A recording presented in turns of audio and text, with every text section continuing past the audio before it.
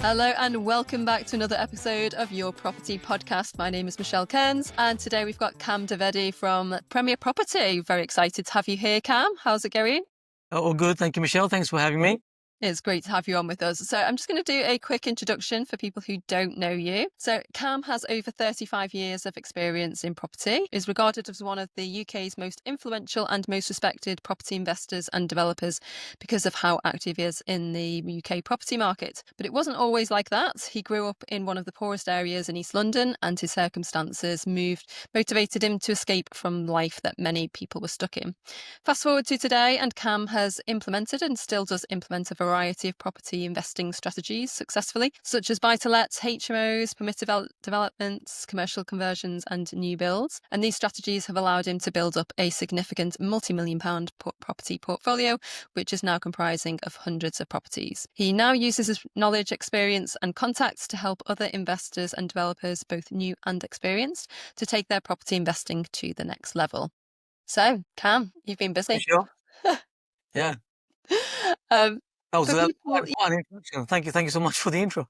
For people who have, been in the game for a long time, like yourself, you've built up, a wealth of knowledge. And, for lots of people like yourself, you started out and grew the property portfolio. It wasn't like, you just inherited a ton of money and just went out and bought things straight away. So, there's lots of experience in there. For people who are listening today or watching this on our YouTube channel, for people starting out, they might be a bit overwhelmed and think, oh, well, it's okay. Kam's been in it for 35 years. What can I learn from Kam? But let's talk about what is relevant today. So where are you at now? What are you investing in and what can people learn from what you're doing today? So we invest in residential property. So we have a number of different strategies in residential, such as buy-to-let, HMOs, and so on. We invest in social housing as well. And these compartments really all come together as well. So it's not just one strategy. These are intertwined strategies. And also in the commercial world, we invest in commercials, where we're converting into residentials within permitted development. We also do some new builds.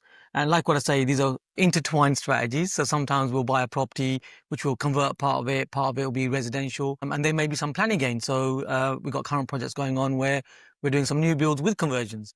And so it's a number of different strategies. In fact, we could say it's 12 strategies that you can apply, whoever's listening in. Obviously, you start with one. You start with one, of course, and you learn and you intertwine these strategies. One of the strategies when I started, when I didn't have a lot of money, and I do remember that because, you got to remember where you come from, right? I never forget where I come from. So I come from zero. And there was a time in my life when I was actually £187,000 in credit card debt. So if someone's listening to this right now and they're a little bit down on their luck, it's not about me being, some amazing guy with, hundreds of properties. What you got to remember is that we started with nothing. So really anyone can do this. What does help though, and I wish I had this when I started, is people around you that can show you what to do, or a system or a blueprint that can allow you to sort of, at least have a track on what you need to do next. So you can learn from that and make your mistakes easier, if that makes any sense. Yeah, it absolutely does. And what would you do differently then? So you said if you'd have had a blueprint back then, it would have been easier. But what would that blueprint have looked like? Well, the blueprint will probably look like the blueprint we have now, for example. So we have a number of different blueprints for strategies. For example, our whole ethos at Premier Property is built on one key phrase, and that is return on capital employed. I say phrase, a calculation. That's the key calculation. We do anything and everything with, and my students that I train as well, they do exactly this. What we aim to do is within a time frame is to make sure that whatever strategy that you deploy, you get your return on your capital employed back to you, all of it. So we're not discussing loans or other people's money or all of those aspects. It's your own money that you put in.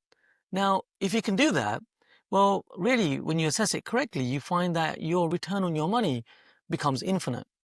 So if you can start like this, or if you can scale like this, depending on where you are in your journey, well, then every property deal that you do, you will find that there's no money left in it within a time frame. So you've got an infinite return. So in effect, you could say putting it in a nutshell, you kind of got properties for free, or they do have a loan on them. However, the rents cover them. If you're buying and selling, you're making a profit. However, if you work this calculation, you can have that money back again. So you can, if you want to grow your portfolio, you can grow it. You can take it to the extent that you want to. So that's the one number that we work on for everything that we do. And do you think today's market, that formula for flips is still achievable for people starting out, or do you think it's people have to adjust their expectations about the numbers? Yeah, that's a great question. I mean, look, let's keep this conversation truthful, of course, right?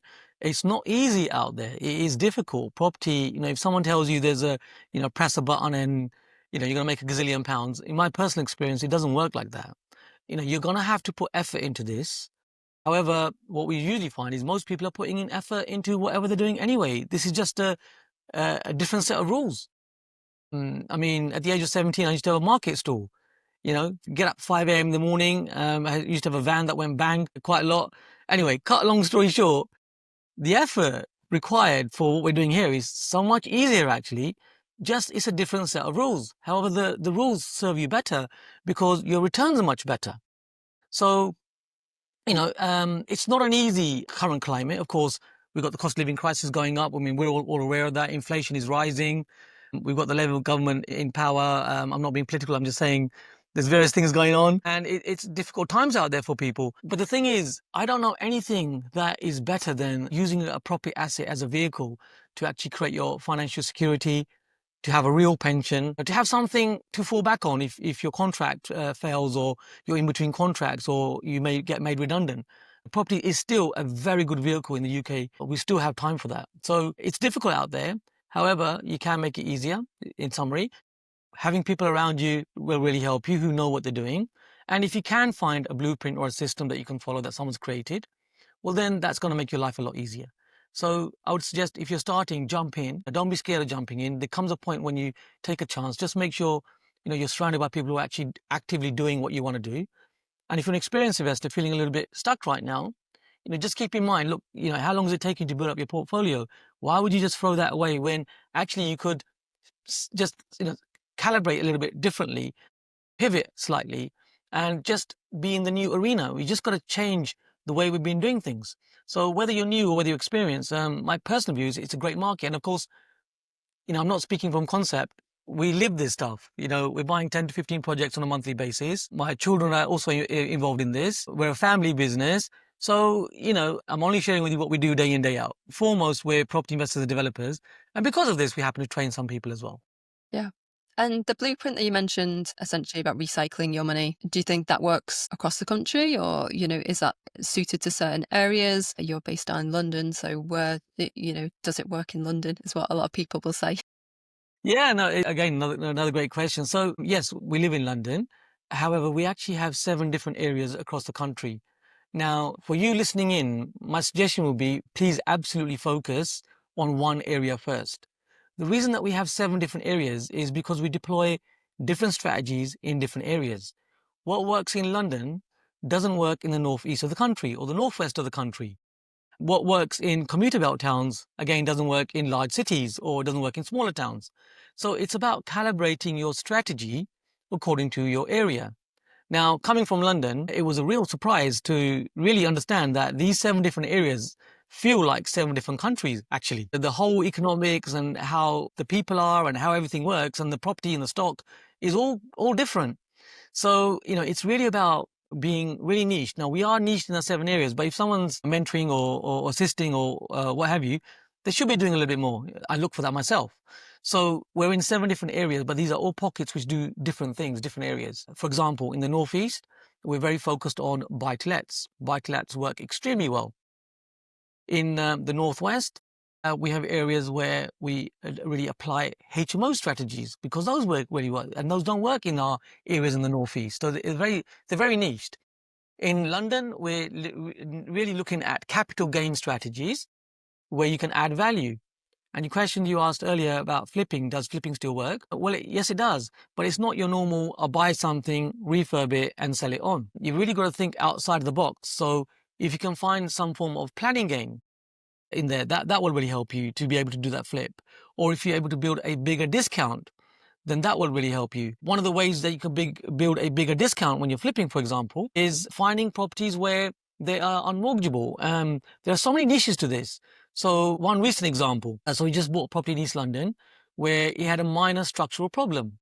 And with that minor structural problem, because according to HMRC's guidelines, it wasn't habitable, we were able to get the stamp duty land tax reduced from residential to a commercial figure, which means the stamp duty was actually 62% reduced than what anybody else would pay.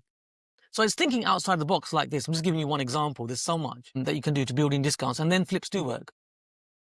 It sounds like using creative strategies and a mix of strategies has been really important in growing your portfolio. What would you say, looking back over your career, has been the themes? So it sounds like creative strategies and having a mentor. What other themes or patterns have you noticed that have made you successful? I think this might sound really simple. It's tenacity. You just don't give up. And people don't know what to do with you because you just don't give up. You just keep showing up. It's like, what's the matter with him? What's the matter with her? Don't they understand that they should give up by now? The problem is, many people give up on the first hurdle, which is really sad. And I meet such valuable people.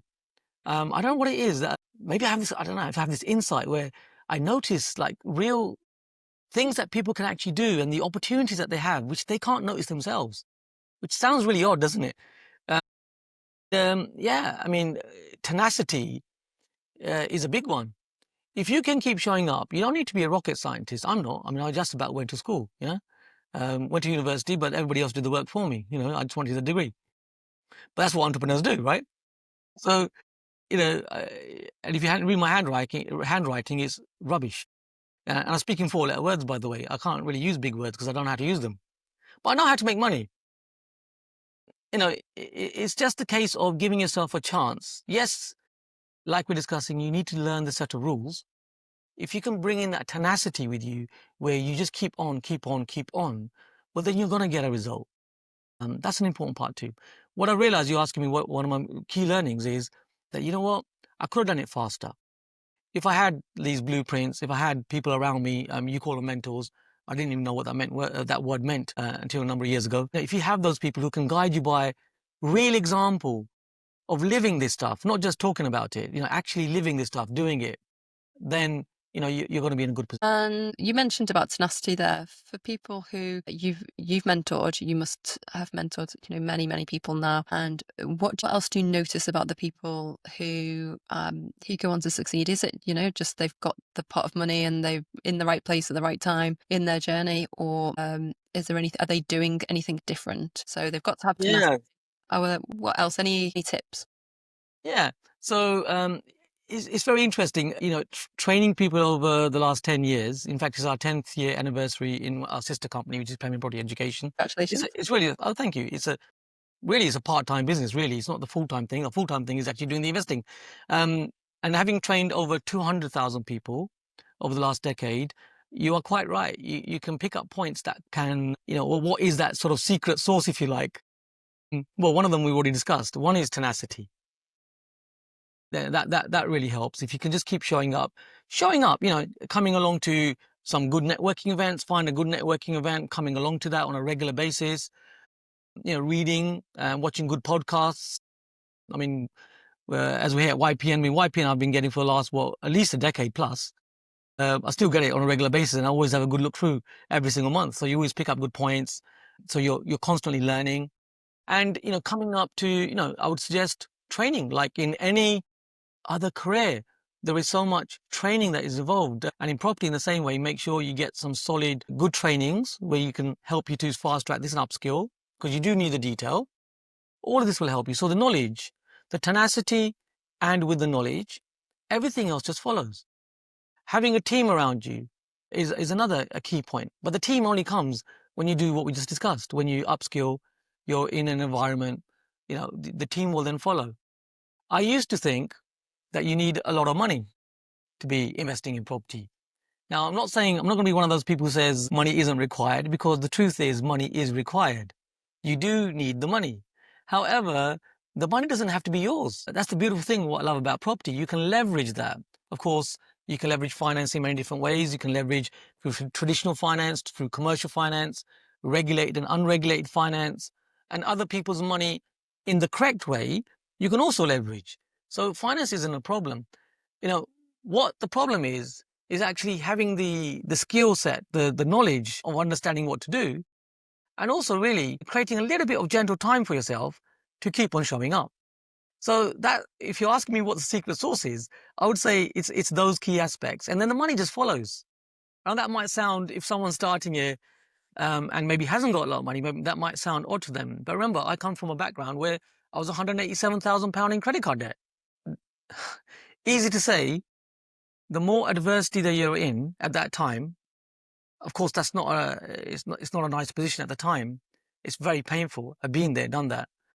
However, that is where your biggest growth is. If you're listening and you're feeling, you haven't got this, or this is your adverse situation, well, then why don't you use that to your advantage and really propel yourself into this field? Because I know no other business. If you look at the Sunday Times rich list, every single person on there, every single person has property as assets, has property as a business. So, if you're in that adverse situation, use it to propel yourself. And like I say, it's really the upskilling and the tenacity. And, if you're sitting here and you're listening to this, and let's be honest, if you're comfortable, because I can get comfortable sometimes, and I remind myself to stretch outside of that, because comfortable can be very dangerous. It's a slippery slope. Agreed. Even maintaining your portfolio is constantly about upskilling, even to stand still, right? To maintain your portfolio, and, minimizing tax and all these types of things. If you're an experienced investor, are also important, aren't they? Yeah. And we're in a new era. What worked last year doesn't work anymore. We got the Renters' Right Bill. And in fact, things like that, legislation like that, it's about how do you work with that legislation? How do you professionalize further? Because there are some serious opportunities in all this. I'm going on a bit, but yeah, please, Michelle. No, that's your job. That's what you need to do. I just asked the questions. You've mentioned a few times about networking and having the right people around you to learn from. What's your take on learning from the right people versus knowing the right people? Learning from the right people versus knowing the right people. Yeah, I think you're right. It's a bit of both, isn't it? It's not one or the other. It's one that gets you to the other. So typically, in my experience, the way it works is you learn from people, and that as you learn from people, you get to know them. And as you get to know people, you get to know people, right? And that opens up doors. You get connections from networking. You never know who you're speaking to. There's so many different types of connections that you can build up in that way as well. So it's a bit of both. If you know people and you don't know what to do, well, that's not going to serve you. If you just listen to what other people are going to say and you can't be in the conversation, well, you'll just be guided by somebody who might have one type of opinion. If you can upskill and learn what to do in detail, then you can make an informed decision yourself. You can be in that conversation. For example, if you're speaking to a mortgage broker, you don't need to become that mortgage broker. But if you're aware of the different types of methods of financing, how buy-to-lets work, how you can get financing for HMOs, how you can have commercial financing, residential financing, how you can work with other people, what you should do, what you shouldn't do, how you want to make sure you're on the right side of FCA regulations and not be breaking those rules where many people are without even realizing. And if you're able to be aware of these things, then, you'll be in that conversation, and then you can work with other people. So it's a bit of both. You mentioned about how it's important to always keep fresh ideas and keep connected, to keep in touch with what's going on. How do you feed your mind? The way I feed my mind is, so I love reading and listening. So listening to good podcasts. Hopefully this is going to be a really good one and people listen to this and many of the other ones that you've done, listening in. So, and utilizing that time effectively. So for example, on my morning walk, what I'll do is I'll listen to something, whether that's audio or audio book, or whether that's a podcast or something. You're listening in. So as you're doing a little bit of your exercise, you're doing your daily routine, whatever you're doing, you're also taking on information. Do you decide what to listen to when, there's so many different podcasts now and audiobooks? Yes. So what I would suggest is look for proof. Who is actually doing that podcast? Who's actually on that podcast? If you're reading a book, what has that person actually done? Have they done what you want to do? Because look, anybody can write a book, anybody can talk about stuff. What I look for is proof in, are they living what they're sharing? Are they applying what they're sharing with you? And if they are, well, then that's the person to get information and advice from. In that realm, of course. You can always get information from anyone. Anyone can guide people. Anyone can give advice, right? I mean, my mates give me advice all the time. but then, many of them aren't in property, right? So I'd only get advice from people in terms of what they are doing. So when you're looking for publications, when you're listening to the things that you're listening to, have a look at the track record of the author, have a look at the track record of the person that you're listening on the podcast. That would be one of the ways to look at that. Feeding my mind, so some of it, so reading, listening, also by actually doing, right? So by taking action yourself, you will learn yourself as you gain more experience. There's only so much you can learn from other people. Learning from other people definitely helps and pedestalizes your position, but then it's about you taking the action. Because of course, I'm sure your listeners are aware, if you don't take the action, it just becomes academic. So when you take your own action, then you're going to learn from that as well. And that's an upskill as well, your own experience. Even if that's a small step at a time or a larger leap, it doesn't matter depending on what you want to do. Just do something, take some action in the right direction. So that's Is the way I there, learn. is there a book that stands out that over the time you think this is an absolute must have? Everybody should read this book. Yeah, I mean, there's so many, right? So one that comes to mind immediately as you ask that question is Sam Zell. Zell, Zell, is by him. And if I can remember rightly, it's Am I Being... Can you remember it, Michelle? I've got it here. Yeah. So as you're finding it, Am I I'll being mention. too So he's... subtle? I've not Am I read Being that Too one. Subtle? Yeah. Yeah, Okay, yeah, it's great. very good. Yeah, so he's unfortunately he's passed away in his 80s just a couple of years ago. However, he's a billionaire, and he had the largest companies across the world when it comes to property investing. So it's great to learn from multimillionaires. Multimillionaires usually make and lose their money. Working class people, if they can get into this, they'll make money. Otherwise, they end up just working for somebody else for the rest of their life. Unfortunately, but they can step into this world and create a financial future for themselves. Multimillionaires, like I say, they tend to be quite, make money, lose money. I've done that, by the way, as well, and made it back up again. Billionaires work in a different way. So if you can learn from billionaires, you will notice that they are the most de-risked people possible. And at the same time, they grow their businesses. So at Premier, that's what we do. We apply that. And I also share with my students on how to do that as well. So it's a different way of thinking. So that's a really good book. Great. Okay. What's the biggest mistake you've made in your career of property? I've made loads of mistakes. Any that you're happy to share? Biggest mistake, it's probably not the answer you're looking for. The biggest mistake I would say I've made is I didn't value myself for many, many years. I've helped so many people in so many ways. I mean, I wouldn't say it's a gift, but people keep telling me, Cam, you're really good at this. Negotiating, buying properties, what to do, how to do it, thinking outside the box, not doing the average thing, making it really work. What does that mean to you? It took me years and years to actually be able to value myself. Really important. Start that early, which means that you can then monetize. So if you're a sourcer, for example, which is what I used to be, a sourcer, sourcing properties, finding properties for other people, but when I didn't have the money, you can always command what is a fair return on investment for your investor. So you should charge a bit more. And that's a confidence thing. So was there a moment where you realized your worth, or what was it that changed? Was it a gradual process? So I don't know if anybody else has got this, but it's the voices inside your head. I've got a number of them, by the way. Right. So these voices, you just need to work with them. So it's only what you believe that you could do that you will do. So for example, when I sourced my first property, and this is now a good 27, 28 years ago, I got paid £1,000 for that. My investor, they made a good £40,000 in terms of equity, in terms of profit there. But my brain would only allow me to accept £1,000. Before that, I'd done so many things for people for free. And then what happens is once you do that a couple of times, your brain says, hang on a minute, you're just making this person so much money. You should be getting paid more for this. And then you stretch it a little bit further. Even with purchase prices.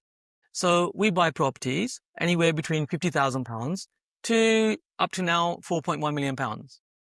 The office that I'm sitting in right now, this is a £2.6 million project that we actually purchased with capital of £40,000. So there's ways to do this stuff. But my brain would have, if you spoke to me 18 years ago and said you're going to be doing £4-5 million projects and all this kind of stuff and 10, 15 projects a month, I would not have believed you. But it's true. So it's really just working with yourself and, allowing yourself to accept and stretching a little bit further and further and further, just outside that comfort zone where you monetize better. You have that conversation with yourself constantly and say, you know what? I'm giving more value. I'm adding more value to somebody so that you should be getting paid more. So we're going very deep here. So if you're listening into this, yeah, for you listening into this, think about it. You know, you are worth more than you think. Start somewhere. You know, even getting started for many people can be a challenge. At least give yourself a chance. I know you trust me. I know you trust YPN, but trust, at least give yourself a chance to trust yourself to get started. And an experienced investor, I'll be honest with you, being an experienced investor, we all have a curse. And the curse is, yeah, I know, I know, I know. And that voice is so difficult. You can be outwardly humble, but being internally humble is so difficult because you have a lot of money, you have a lot of power, you have a lot of control. And I always remember back to when we started, and that keeps my humility. Hence, we do things like this to hopefully empower other people. So if you're an experienced investor, all I would say is just, you know, I know you're probably humble because you're willing to enough to listen to this. Be humble enough to take next action and come outside your comfort zone. Because it comes to a stage where you got more money than you need. I mean, we want more money, but my point is money then doesn't become the only thing. If you're starting and you haven't got your financial future sorted or you haven't got the money, well, get the money first. But when you get to the money, that's not the end goal, is what I'm noticing. There's more to do. How further have you built up your legacy? If you've got children, family around you, are they aware of property? Are they aware of what they can be doing? Are you assisting them? Not by telling them, but by showing them. And is that it? If you're at that stage, if you're an experienced investor, you're listening to this, well, you've got yourself sorted, you've got your family around you sorted. Is that it? Is that all you're worth?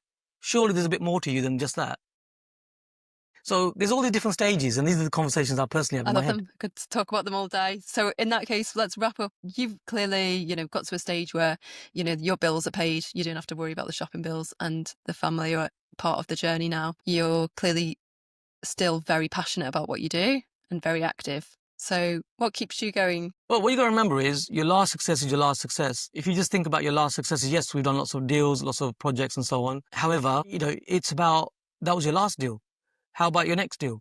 One of the things that keeps me going is I love what I do. I love this stuff. If you take me on a holiday, I'll get bored after 2 days sitting on a beach. You know, that sitting on a beach and drinking I've done all that, but you get bored. I want to find a deal. It makes life exciting. In the morning when you get up, you get up to do something that's going to invigorate you. And that's what I love about property investing. Not necessarily the bricks and mortar and the trashy houses that we buy, that we bring back into the community, by the way, which really helps the community and then in a good condition. I'm not talking about that. I'm talking about the whole thing, the whole package of what you're bringing to the table. So if you can find that, it's no longer a job. People talk about a work-life balance. My view is there is no work-life balance. If you're not working, it's just life. Yeah. Yeah. If you love what you Yeah. do. So find something in this vehicle. Yes, it helps you to make money, helps you do all of that stuff, but find something that, you really enjoy in this. You might not enjoy all of it. I'm not saying it's a whole complete, you enjoy everything. There's things I have to do that I have to do. For example, signing contracts and going to the solicitors and all this kind of stuff has to be done, right? Because you've got to personally do it. But there's other aspects you really enjoy, like the negotiation and so on. But you'll have aspects that you enjoy. Maybe you enjoy the calculations. Maybe you enjoy the analysis, whatever it is. So if you can bring that into this, not only will it really help you to create that financial future, it also means that you'll enjoy what you're doing and work is no longer work. It's just a balance. Perfect. Love it. Let's wrap up there. Where can people find out more about what you're up to and, if they want to work with you, what are the next steps? Yeah, I mean, you're welcome to hang out with us. I mean, you can email me. I personally check my emails. It's Kam, Kam, at premierproperty.co.uk. As we've been discussing different strategies and we're here at YPN, there's some free trainings, videos you can get online if you like. And for that, it is Premier Property. That's with /strategy. If you go to that, you can download some really good videos for free as we're here at YPN. And if you do reach out to Cam, do let them know that you heard this podcast at YPN and do mention us. Cam, thank you so much for your time. Been an absolute pleasure. Thank you, Michelle. Thank you. Thank you for the opportunity. Thank you. To everyone who's been listening to us as well. And we will look back We will put all the links to everything that Cam's mentioned in the show notes so you can connect with him there. And as a reminder, if you're not yet a member of our YPM Plus community, then do click the link in the show notes to find out more about that. We have got ongoing free trainings that we are starting this month with our first HMO challenge. So we're going to have a new challenge every month, and come and join us as a free 28-day trial so you can find out more about it in that link. For now, guys, I will see you next time. Take care. Bye-bye.